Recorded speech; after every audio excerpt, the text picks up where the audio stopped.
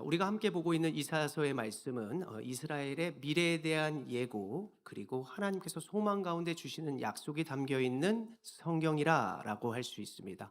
그래서 우리에게 적용해 보자면 무엇입니까? 우리 각자와 우리의 가정과 우리의 공동체에 하나님이 내일의 소망과 또 기쁨의 약속을 주시는 말씀이 바로 이사야서의 말씀이라고 해볼 수 있는 것이죠. 자, 여러분 어떻습니까? 지금의 그 소망 가운데 여러분들의 삶이 어때요? 생각보다 어렵죠. 소망 가운데, 하나님의 약속 가운데 우리의 과정은 왜 이렇게 어렵고 힘들까?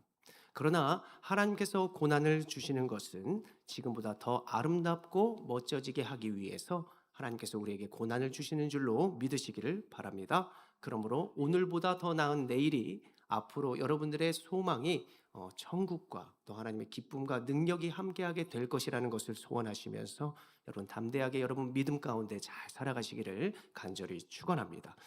성경을 보면 내일의 소망 가운데 우리에게 고난이 찾아오게 되어 있다라고 하는 것을 우리는 알게 되어집니다. 하나님께서 고난을 주시는 이유가 무엇입니까? 그것은 더러워진 세상 가운데 우리의 오염된 것, 죄악된 것을 깨끗하게 하시기 위해서이죠. 제가 지난 시간에도 말씀을 드렸지만 저에게 여러 가지 오염이 묻고 세상에 때가 묻고 또 배밭을 이렇게 제가 다니면서 제 무릎까지 이렇게 걸음이 냄새가 안 빠져서 저희 큰어머니가 그 냄새를 빼려고 얼마나 제사를 벗길 정도로 이게 문지르시는지, 아프다고 해도 계속해서 문지르시는 것입니다. 또 우리가 아플 때 어떻습니까? 쓰다고 해도 그 약을 입에 먹이시는 것이죠. 하나님도 마찬가지입니다. 우리에게 불순한 것들, 또 거룩한 거와 어울리지 않는 모습들이 우리에게 더해졌을 때 하나님께서는 우리에게 때로는 아픈 고난을 주실 수도 있다. 이러한 하나님의 마음을 여러분 부모가 되어 보면 다 알게 되어집니다. 또 부모가 아니더라도 여러분 반려동물을 키우거나 여러분들이 식물만 키워봐도 알 수 있듯이 그 식물이 원하는 대로만 해줄 수 없다는 것이 바로 부모의 마음, 하나님의 마음이라는 것이죠. 그래서 앞으로 여러분들에게 찾아오는 어려움과 고난의 상황은 하나님께서 더 우리가 잘 살게 하시려고 주신다는 사실 다시 한번 믿고 확신하시기 바랍니다. 자, 저를 따라해 봅니다. 우리의 고난은 우리를 깨끗하게 하시고 영적으로 영적으로 성장시키는 과정이다. 이것을 믿으시면서 여러분들의 인생의 과정을 승리하시기를 원합니다. 자, 우리의 이 고난의 과정을 이사야 선지자는 무엇으로 한마디라고 이야기하였냐면 이제 심판이다라고 하는 것입니다. 믿는 자에게 심판은 하나님께서 거룩하게 구분하여 주시고 우리를 깨끗하게 하시는 그 구원을 이야기하지만 믿지 않는 자에게 심판은 결국 멸망하게 되어지는 그러한 것이 바로 심판이라고 하는 것입니다. 심판, 이 남은 자들에게는 이러한 모습을 갖게 했다는 것인데, 여러분 자막을 보십시오. 하나님께서는 심판 가운데 남은 자들을 어떻게 하시려 한다는 것입니까? 이제 불러주신다라고 하는 것입니다. 하나님께서 하나님이 원하시는 곳으로 또 우리에게 딱 맞는 곳으로 하나님이 불러주신다. 이게 심판 과정 가운데 있다는 거예요. 자, 두 번째로는 하나님께서 우리를 더욱더 거룩하게 하신다라고 하는 것입니다. 하나님과 어울릴 수 있도록, 하나님의 말을 깨달을 수 있도록, 하나님의 눈빛만 봐도 상황만 봐도 이 분별할 수 있는 그 자리로 하나님께서 불러주신다라고 한다는 것이죠. 세 번째로는 하나님이 우리를 겸손케 하시는 것입니다. 여러분, 몸이 아프면요 겸손해지는 것이에요. 몸이 갑자기 안 되거나 내 하는 일이 안 되거나 내 몸이 내 마음대로 되어지지 않을 때 사람은 자기 뜻대로 하는 것이 아니라 몸이 시키는 대로 하다가 결국에는 우리 보호자가 시키는 대로 하다가 우리가 믿을 만한 자에게 이제 다가가서 그들이 시키는 대로만 할 수밖에 없는 이런 모습이 바로 겸손함이다. 또 우리의 고난 가운데 있는 모습들이다라고 해볼 수 있습니다. 마지막으로 하나님께서 심판 가운데 남은 자에게 허락하시는 것은 무엇이다? 사명이라고 하는 것이죠. 나의 사명은 이것이구나. 내가 하나님의 축복의 통로로서 이것을 사람들에게 나눠줘야 하는 것이구나 라고 한다는 것을 심판 가운데 하나님께서 남은 자들이 깨닫게 하신다라는 것을 여러분 기억해야 할 것입니다. 저는 오늘 모인 여러분들이 바로 이러한 모습을 갖게 되기를 간절히 소원합니다.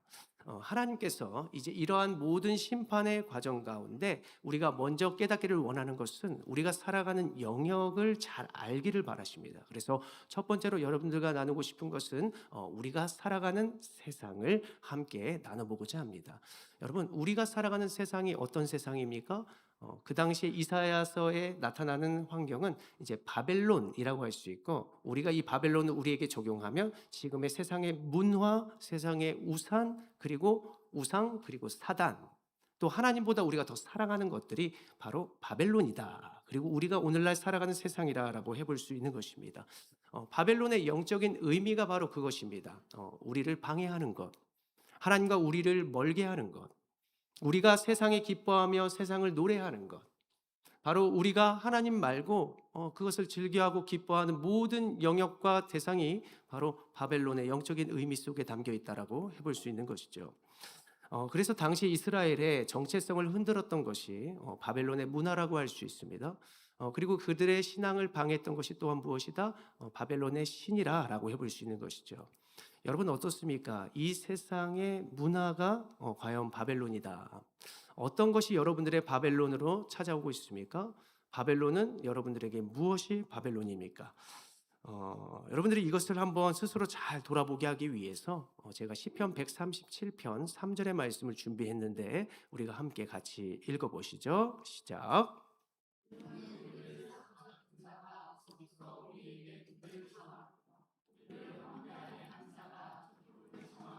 자기들을 위하여 시온의 노래 중 하나를 노래하라 하미로다. 아멘. 자, 3절을 눈으로 계속해서 보시면 137편은 이스라엘 백성들 곧 남유다가 이제 바벨론에 끌려가서 슬픔 가운데 부른 노래였습니다.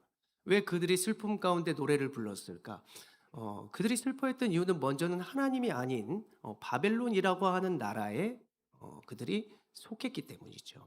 이제 그들만을 경배하고 그들만을 예배하고 내가 그들에게 인사해야 하고 절을 해야 하는 그러한 상황 가운데 모든 것들을 그들이 슬퍼했다라고 하는 것입니다. 우리가 3절을 보시면 바벨론 사람들은 이제 포로가 된 이스라엘 백성들에게 무엇을 요구하고 있어요? 노래를 불러라, 수청을 들라, 연주를 하여라. 이것을 하나님에게 했던 이스라엘 백성들에게 이제는 본인들에게 하라는 것입니다. 그러면서 본인들에게도 하고 너희 스스로를 또 주인 삼아라, 이러한 모습들이 이제 그들의 삶에 물들여지기 시작한 것입니다.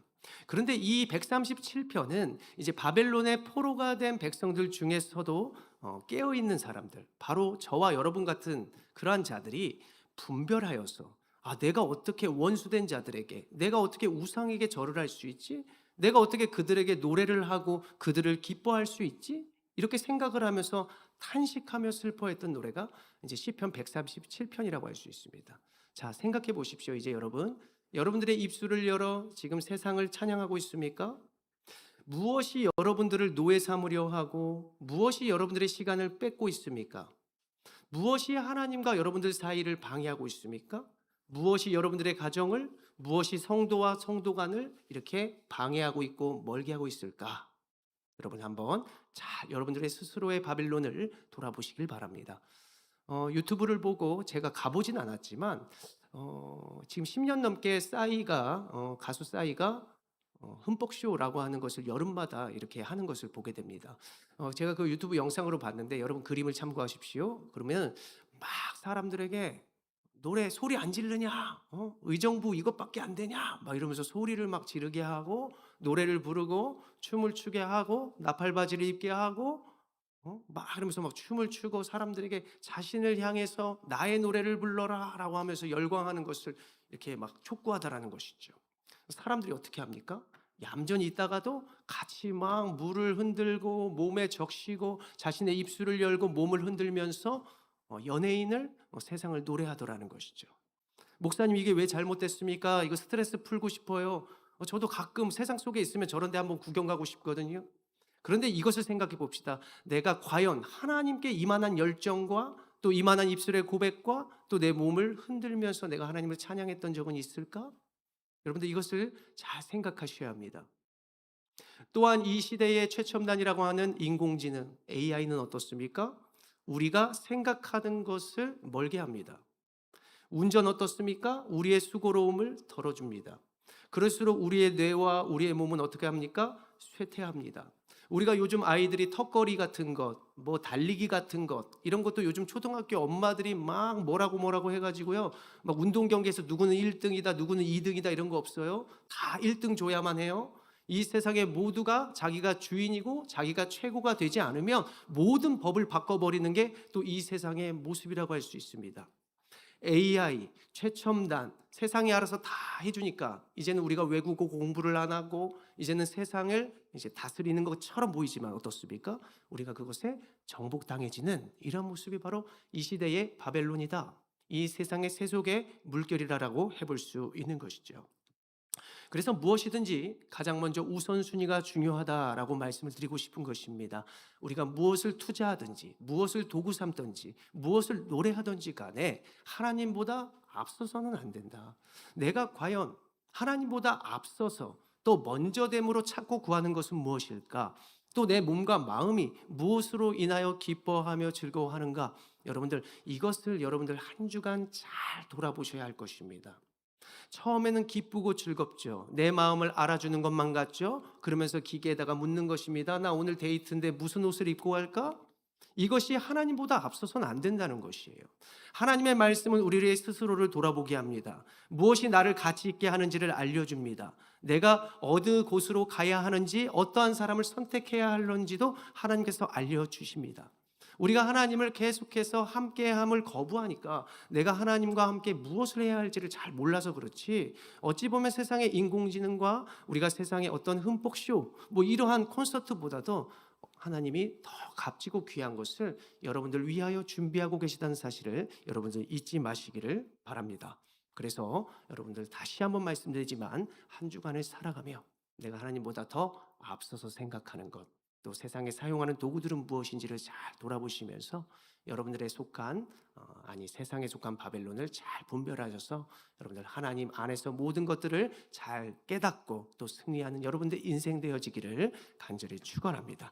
두 번째로 이 바벨론의 문화 가운데 하나님께서 원하시는 것은 무엇일까? 두 번째는 저를 따라합니다. 하나님의 긍휼하심. 우리는 이 세상의 문화와 또 여러분들의 고난의 과정 가운데 하나님의 긍휼하심을 잊지 말아야 합니다. 오늘 본문 1절을 보십시오. 1절을 보니 바벨론과 같은 세상의 문화 속에서 우리가 이렇게 살아가고 있는데 하나님은 살아가는 우리들의 모습에게 어떠한 말씀을 말씀해 주십니까? 먼저는 하나님의 마음을 드러내 보여주시는 것이죠. 여호와께서 야곱을 긍휼히 여기시며 이스라엘을 다시 택하여 그들의 땅에 두시리니 나그네 된 자가 야곱의 족속과 이제 연합해서 그들에게 예속될 것이며 세상의 바벨론에 있던 자들이 이제는 하나님께로 예속될 것이다. 하나 될 것이다. 하나님께서 긍휼함을 여기셔서 말이죠. 여기서 우리가 알아야 할 것은 하나님의 긍휼하심입니다. 이 긍휼하심의 의미는 아버지의 무한한 사랑, 그러니까 부모님의 마음을 가리키는 것입니다. 아버지의 마음이 어떨까요? 고통 가운데 아버지께로 돌아오는 것을 원하실 것입니다. 바로 창조하셨을 때의 그 존귀함 그리고 그 다스림과 권세를 자녀가 갖기를 원한다는 것이 하나님의 긍휼하심의 의미 속에 담겨 있습니다. 그래서 우리는 창세기 1장에 나타나는 하나님께서 우리를 창조하셨을 때 뭐라고 말씀하셨습니까? 하나님께서 우리를 심히 좋아하시고 기뻐하시면서 이러한 권세 주셨죠. 하나님과 함께 이 세상을 정복하라, 다스리라. 그리고 이 땅에 충만하라. 충만하라는 것은 이 세상을 이 세상에 우리가 다스림에 정복당하는 것이 아니라 우리가 이 세상을 통치해야 되는 이러한 어떠한 힘을 하나님께서 말씀하여 주셨던 것이죠. 그래서 이 세상 살아가면서 우리가 기억할 것은 무엇이다? 하나님의 긍휼하심, 하나님의 힘과 권세, 이 세상의 노예가 아니라 난 이 세상을 다스리는 존재다라고 한다는 것을 잊지 말라는 것이 하나님의 긍휼하심이고, 두 번째로 아버지와 함께 하려고 한다는 것을 우리가 어디에서 잘 알 수 있습니까? 누가복음 15장을 보면 아버지 곁을 떠난 둘째 아들 탕자가 나오는 것이죠. 우리의 인생 지금의 과정 가운데 넘어짐이 있을 수 있어요. 우리가 세상 더 노래할 수 있어요. 이 앞에 선 저도요, 노래방 기계 이거 인테리어 일을 했었기 때문에 제가 노래방 웬만한 번호 누르면 제가 다 부를 수 있어요. 지금 10년 전 말이죠. 10년 전에 이 모든 노래를 제가 다 불렀단 말이에요. 하나님 찬양하는 것보다 더 기뻐했다라는 것입니다. 그런데 하나님께로 돌아가는 것이죠. 내가 바벨론을 이렇게 찬양해서는 안 되겠구나. 아니, 찬양하더라도 하나님을 더 찬양해야 되겠구나. 이것을 알게 되면서 이제 주님만을 찬양해야 하는 것. 그래서 둘째 아들이 어떻습니까? 아버지께로 돌아가는 것입니다. 아버지 품으로 돌아가려고 하니 아버지 이미 준비하고 계셨어요. 무엇으로? 아버지의 가락지를 그 아들에게 껴주고 아버지의 옷을 그에게 입혀주시면서 너 존귀한 아들이야. 너 이 세상의 옷을 입어서는 안 되는 것이야. 나의 옷을 입고 나와 함께 이 세상을 다스리자, 정복하자. 이렇게 아버지께서 둘째 아들을 품어주신 것을 우리는 알 줄로 믿습니다. 그래서 우리가 살아가면서 이 바벨론을 바라보며 무엇을 기억해야 하는가? 하나님의 긍휼하심. 성경 속에서 하나님의 긍휼이 나타나면요, 여러분, 내가 이 세상 가운데 정복돼야 하는 존재가 아니라 내가 정복해야 하는 존재라는 사실을 여러분들 기억해야 합니다. 그리고 하나님은 언제나 우리를 부르신다. 하나님 함께, 나와 함께 함께 승리하자. 나와 함께 이 세상 정복하자. 여러분, 하나님과 함께하면 여러분 이 세상의 지배를 받는 것이 아니라 지배를 하는 하나님의 멋진 승리의 사람이 될 것을 믿으시기를 바랍니다. 우리가 하나님의 긍휼이 또 어떠한 곳에 써 있나 봤더니 긍휼이 이곳에 써 있더라고요. 미가서 7장 19절의 말씀 같이 읽어봅시다. 시작.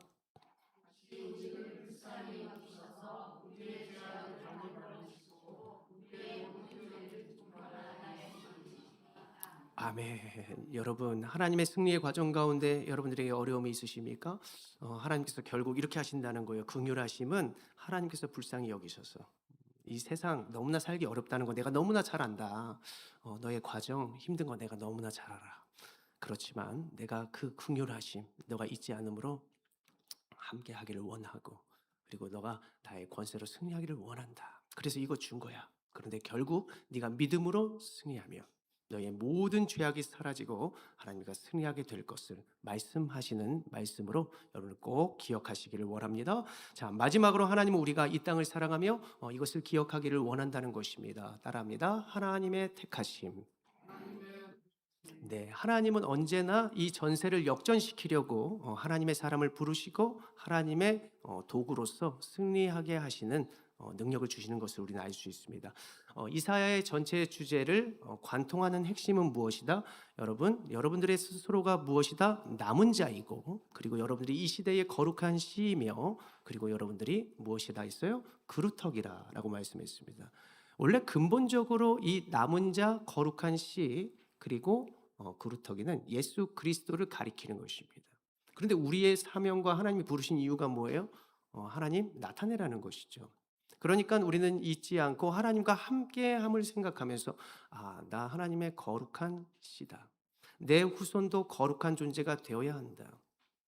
그리고 내가 이 시대의 남은 자다. 그래, 하나님은 소수의 사람들을 통해서 하나님의 능력을 보여주셨지. 그래, 좁은 길, 소수의 사람, 안 되는 자리, 내가 하나님과 함께하면 하나님께서 역사하신다.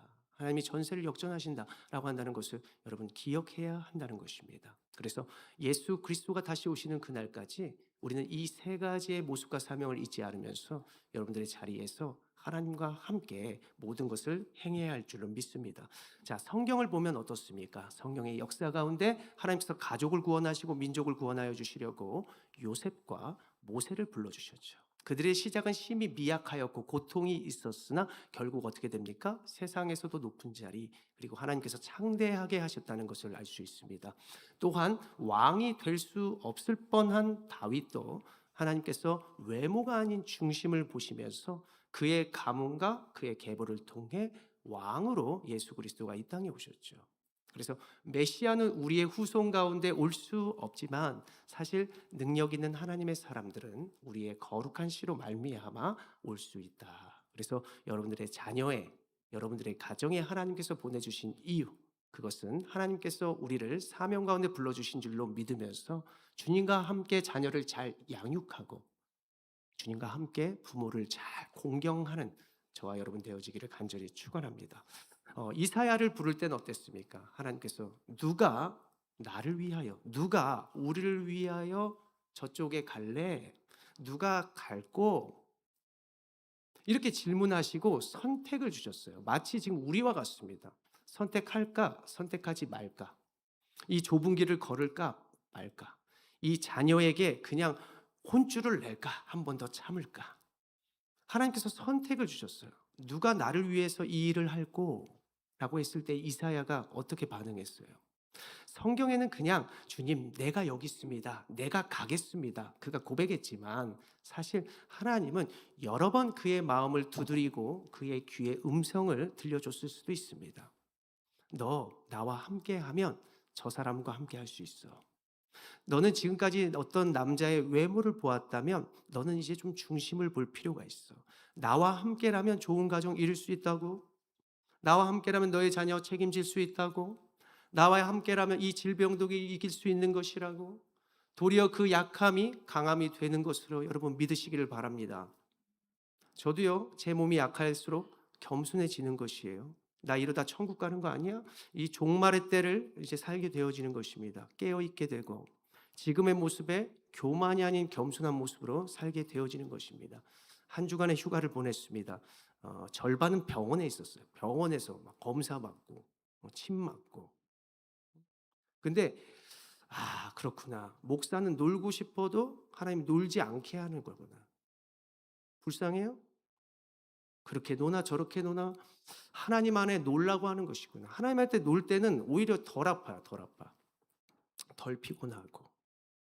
뭐 저와 여러분들이 좀 다를 수 있지만 맨날 새벽마다 말씀을 전하고 말씀을 묵상하고 또 기도를 하고 이랬을 때의 내 몸의 상태와 또 그렇지 않았을 때의 상태를 분별할 수 있는 시간이다. 어디 가서 뭐 큰 죄를 저지르는 것은 아니지만 내가 어디에 거해 보느냐도 참 중요한 것 같아요. 그런데 결국에 깨닫는 것은 하나님이 원하시는 방향, 그리고 어디에서 내가 기뻐하고 즐거워해야 한다는 것을 하나님 깨닫게 하시더라는 것입니다.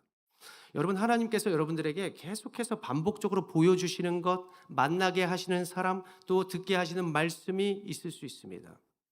어떤 여러분들의 사명이든, 어떤 여러분들의 헌신이든, 여러분들의 예물 드림이든, 또 여러분들이 하고자 하는 모든 것들 가운데 하나님께서 원하시는 것을 하나님께서 여러분들에게 계속해서 말씀을 하세요.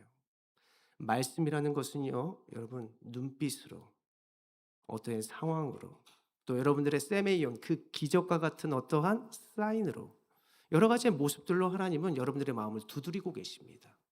너 이거 했으면 좋겠다. 너 이것으로 나와 함께 했으면 한다. 너 이것으로 함께 좀 즐거워했으면 좋겠어. 세상만이 아닌 하나님만을 위해서 좀 이렇게 했으면 좋겠다. 한번 해봐라. 너의 생각으로가 아닌 내가 시키는 대로 한번 순종해봐라. 하나님께서 여러분들께 계속 말씀하실 수 있습니다. 이사야는 결국 알았습니다. 그래, 내가 하나님과 함께 이 모든 사람들을 하나님께로 인도해야 하겠구나. 그러면서 그 어려운 시대 가운데 말씀을 선포했던 선지자가 바로 이사야 선지자고 그의 사명이라고 해볼 수 있는 것입니다. 자, 하나님의 부르심과 또 하나님의 택하심은 사람들에게 이렇게 다가온다고 합니다. 여러분 자막을 보시면 여러분들에게 이렇게 이제 거룩한 부담감으로 찾아오게 될 수 있어요. 무엇을 할 때 좀 부담이 되는데 이것이 좀 부담이 구분된 부담감이라고 할까요? 내가 세상에서 느껴지는 이 두려움과 어떤 어려움이 아니라 내가 좀 하나님이 함께 하시면 이것을 좀 할 수 있을 것만 같은. 그러니까 내 힘으로 할 수 있으면 여러분 부담감 안 생깁니다. 그런데 내가 기도를 잘 할 수 있을까? 내가 예배를 오늘 잘 할 수 있을까? 내가 여기를 좀 잘 다녀올 수 있을까? 그런 가운데 하나님이 주시는 사명과 하나님의 믿음이 있으면 이것이 거룩한 부담감으로 바뀌면서 하나님께서 우리의 마음에 사명을 주시더라는 것이죠. 두 번째로는 이 지속적인 보람과 이 기쁨이 있다는 것입니다. 여러분, 보람과 기쁨은 모든 것의 수고에서 비롯되는 것입니다. AI라든가 여러분 이렇게 흠뻑쇼 이렇게 싸이 흠뻑쇼를 마치 가본 것처럼 제가 얘기를 한번 해보겠지만 보람과 기쁨이 있을까요? 보람과 기쁨은 아니에요. 약간 이제 짜릿함 그리고 뭐 스트레스 해소는 있겠죠. 그런데 하나님의 소명과 부르심은 이렇게 보람과 기쁨이 있다. 세 번째로는 하나님께서 자연스럽게 열어주시는 이제 문입니다. 환경입니다.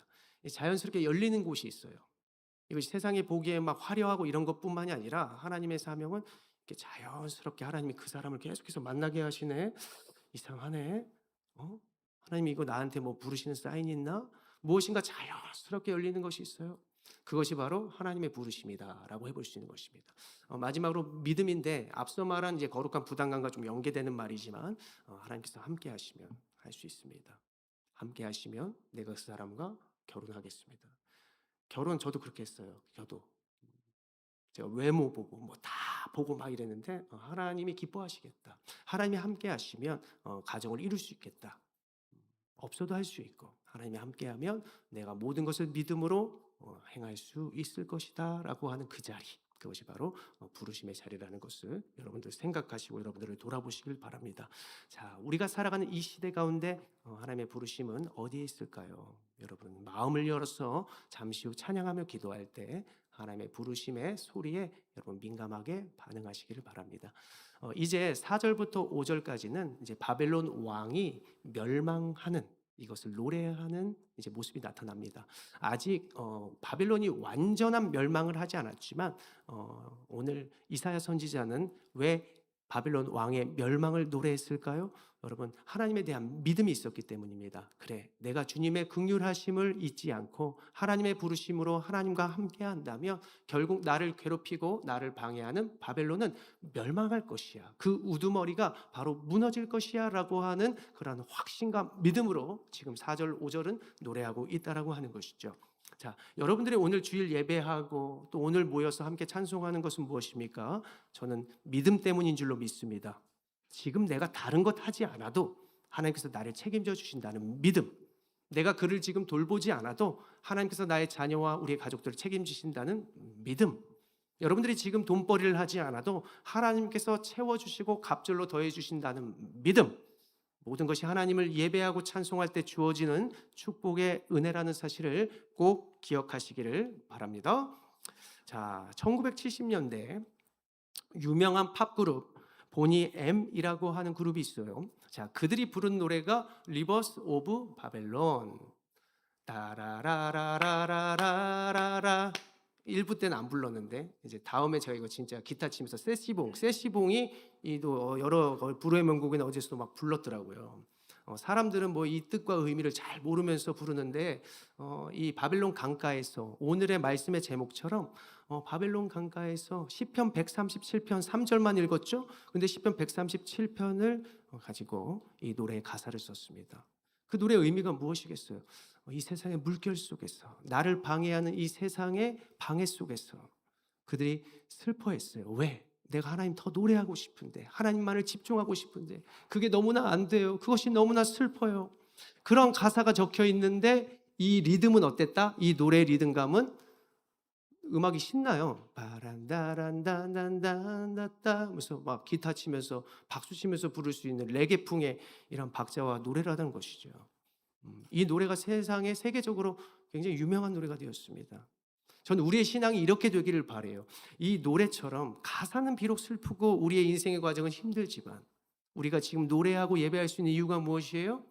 우리의 몸과 리듬은 주님께로 속하여 있으니 여러분 그 구원에 기뻐하고 노래하는 것, 이것이 여러분들과 또 저의 믿음이 되어야 하는 줄로 믿습니다.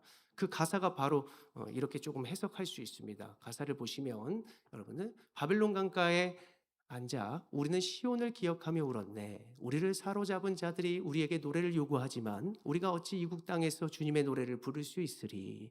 오직 내 입의 말과 마음의 묵상이 주님께만 연락되기를 원합니다. 내 입술의 고백, 내 인생의 열정, 내 모든 사랑이 주님께만 드려지기를 원합니다. 여러분 인생의 과정에서 여러분들의 신앙의 고백이 이와 같은 모습이 되기를 간절히 소원합니다. 사랑하는 성도 여러분, 바벨론의 성벽이 매우 견고하고 높아 보인다 할지라도 그것은 우리를 살릴 수 있는 진리가 아니라는 것을 꼭 기억하시길 바랍니다. 여러분 지금 속하여져 있는 것이 하나님의 부르심이에요. 하나님께서 고통의 과정과 심판의 가운데 우리를 하나님께서 택하시고 하나님께서 우리를 사용하시려고 오늘 이 자리에 저와 여러분들을 불러주신 줄로 믿으시길 바랍니다. 자연스러운 부르심, 그것은 우리의 가정이 될 수 있고 여러분 직장이 될 수 있습니다. 그곳에서 내가 이제 해야 할 것이 무엇일까? 술 마시자, 놀자 그랬을 때 하지 마, 안 돼. 이러한 모습으로만 저항하는 것이 아니라 우리가 믿는 자로서 이 가운데 무엇을 할까? 이 가운데 내가 이 가운데 어떤 아름다움으로 이들에게 감동을 주고 보람을 주고 기쁨을 줄 수 있을까? 좀 다른 구분됨 속에서 또 다른 모습으로 우리가 하나님의 사람임을 증명하며 살아가는 것을 하나님이 원하십니다. 갑자기 180도 바뀌란 얘기가 아니에요.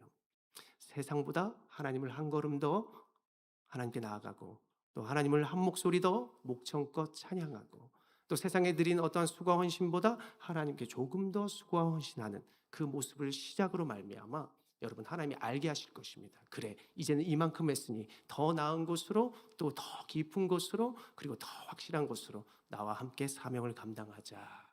우리가 찬양하며 기도할 때 하나님의 이 마음을 깨달음으로 말미암아 여러분 이 시대의 바벨론의 물결 속에서 하나님을 담대하게 전하고 증거하는 저와 여러분들의 인생 되어지기를 간절히 축원합니다. 기도하겠습니다. 거룩하신 하나님 아버지, 하나님은 끝까지 나를 놓지 않으시며 지금까지 인도하신 것을 믿습니다. 바벨론의 세상 속에서 하나님 우리를 통하여 나타내기를 원하는 것을 깨닫기를 원합니다. 찬양하고 기도하는 가운데 하나님 나의 사명을 깨닫게 하시고 나의 자리에서 하나님이 해결하신다는 믿음을 가지고 하나님과 동행하여 승리하며 하나님의 살아계심을 주변에 증거할 수 있도록 우리와 함께하여 주시옵소서. 고난 가운데도 낙심하지 않고 주님을 끝까지 찬양하기를 원합니다. 우리의 마음을 받아주시고 기억하여 주셔서 주님 결국에는 승리할 수 있도록 주님 역사하여 주시옵소서. 모든 것 믿사오며 예수님의 이름으로 기도합니다. 아멘.